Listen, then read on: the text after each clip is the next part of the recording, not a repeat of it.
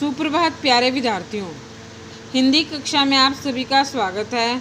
हिंदी कक्षा में आज हम पाठ 3 लाल बहादुर शास्त्री पढ़ेंगे। लाल बहादुर शास्त्री को कौन नहीं जानता। आप सभी ने पढ़ा होगा कि भारत के दूसरे प्रधानमंत्री जो लाल बहादुर शास्त्री हैं वो त्याग, ईमानदारी और सादगी की प्रतिमूर्ति थे। उन्होंने अपना बचपन जो है निर्धनता में व्यतीत किया था, लेकिन प्रधानमंत्री बनने के बाद भी उनके अंदर वही सादगी बरकरार रही।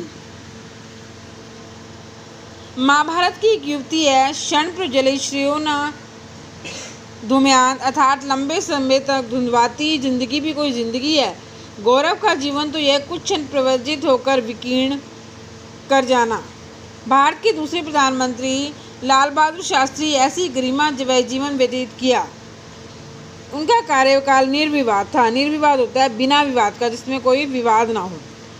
इसका मतलब है, इस स्टैंजा में बताया गया है कि लंबे समय तक ऐसी ज़िंदगी जीना जिसका कोई मतलब ही ना हो, सार ही ना हो, और ऐसी ज़िंदगी जो थोड़े समय के लिए जीना, उसके बाद भी लोग आपको याद करते रहें।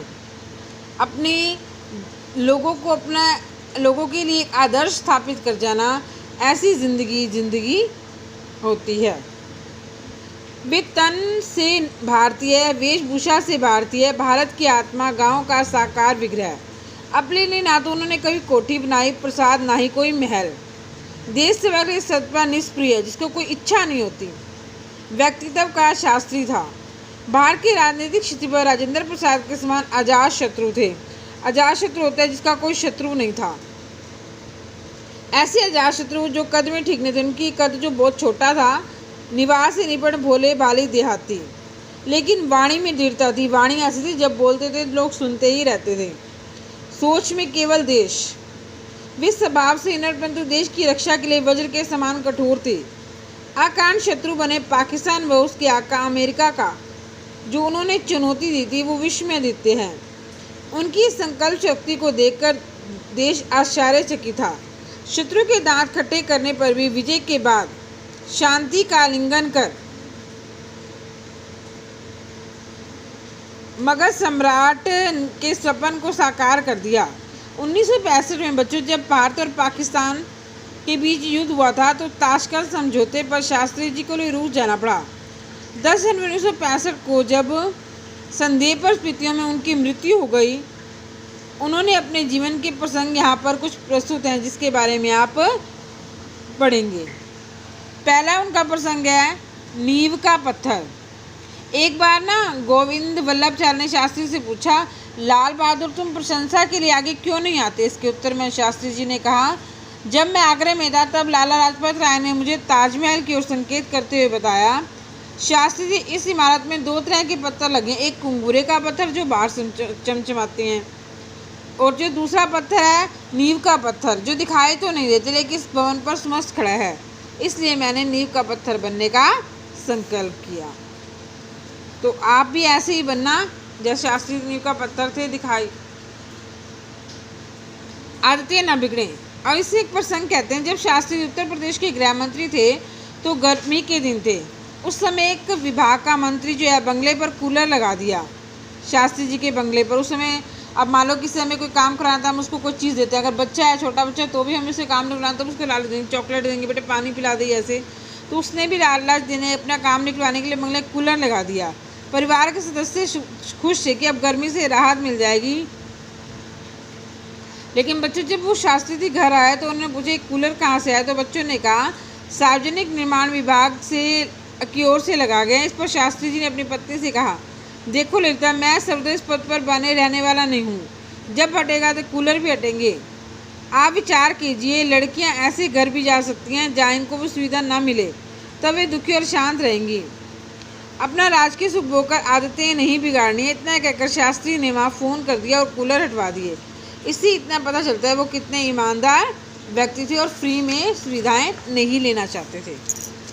एक अन्य घटना है, पद का अभिमान ना करें। एक बार शास्त्री जी राजस्थान में नागौर के दौरे पर थे। वे चाहते थे कि प्रशासन जन सेवा के लिए देखना चाहते कितना जागरूक है। इसके लिए उन्होंने सरकारी गाड़ी को दूर कर दी और किसान के वेश में पैदल चल दिए। रास्ते में पुलिस खड़ी थी। एक पुलिस अधिकारी से उन्होंने प्रश्न किया कि साहब, मेरी भैंस खो गई है, पता लगाने में मदद कीजिए। पुलिस ने झिड़कते हुए कहा, चल बे बुड्ढे, बे तुझे भैंस की पड़े, हम तो प्रधानमंत्री के स्वागत और सुरक्षा के लिए खड़े हैं, तू दूर हट जा, नहीं तो जेल में बंद कर देंगे। यह बात सुनकर कुछ कांग्रेसी नेता उनके स्वांग के लिए निकले। शास्त्री जी ने देखा, अभिवादन के साथ में फूल मालाओं को ला दिया। यह दृश्य देखकर तो पुलिस अधिकारियों के काटो खून नहीं। भयभीत होकर वे शास्त्री से क्षमा मांगने लगे और बोला, हम तो आपके, उन्हें डर था ना पुलिस वालों को भी, शास्त्री जी प्रधानमंत्री कहीं हमें लटा ना दे, और हमने इसके मना कर दिया। भाई, आप और हम जनता के सेवक हैं, जिसकी कमाई से आपका परिवार बढ़ता है, तो उस पद को छोड़कर जनता का सेवा करनी चाहिए, क्योंकि पद का कोई नियम नहीं है। नाटा होने के कारण मैं चाहूँ तो दरोगा नहीं बन सकता। पुलिस अधिकारियों को अपनी गलती माननी पड़ी। शास्त्री जी की सहनशीलता सभी प्रभावित हुए। अब अगली एक और प्रसंग देखिए, इसमें बताया गया है फूल की सार्थकता।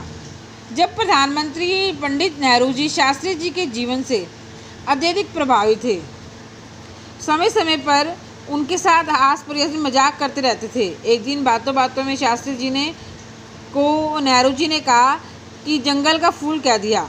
यह कथन पंडित जी को बड़ा भारी। शास्त्री ने कहा, जंगल का फूल बगीचे के फूल से अच्छा है। यहाँ सौ हाथ को तोड़ने के लिए रखते हैं, जबकि जंगल का फूल स्वाभिमान को बनाए रखता है, अतः बगीचे के फूल से ज़्यादा अच्छा है। पंडित ने कहा, देवता की पूजा तो बगीचे से फूल से होती है। शास्त्री ने कहा, देवता क्यों श्रेष्ठ हैं? क्या तुझ प्राणी पर फूल नहीं चढ़ते? जंगल का फूल तो सभी के लिए सुलभ है, जबकि बगीचे का फूल तो चंद लोगों के लिए खुलता है।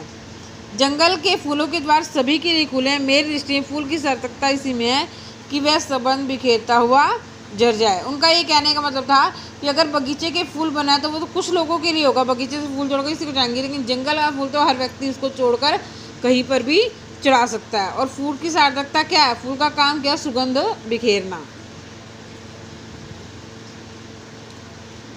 शास्त्री जी के सुनते पंडित जी गदगद हो गए और उन्होंने आम जनता की भलाई की तस्वीर देखने लगे। अंत में हुआ भी गई। भारत के शासन की बागडोर उन्होंने जिस कुशलता से यानी सर्वविद यानी सभी को पता है, उनका जैसा व्यक्तित्व आज भी दुर्लभ है। आज भी ऐसा कोई प्रधानमंत्री नहीं है। इस संदर्भ में भावात्मक एकता के प्रति अब्दुल रहीम खान का यह दुआ याद आता है। देखो क्या था, रहीमन अब वृक्ष का जिसकी छाया गंभीर, कि रहीमन अब ऐसा पेड़ का नहीं जिसकी छाया जो है वो गंभीर हो। बागन विच देखियत कुडच सेवट करीर। वो कहता है कि बागों के बीच में देखते हैं कि कहीं हमें कोई कुडक कर देता है, कांटेदार या कम छाया वाला पेड़ प्राप्त हो जाए। कैसा पेड़? शास्त्री जी जैसा ना दे, लेकिन उससे कम छाया वाला पेड़ हमें मिल जाए।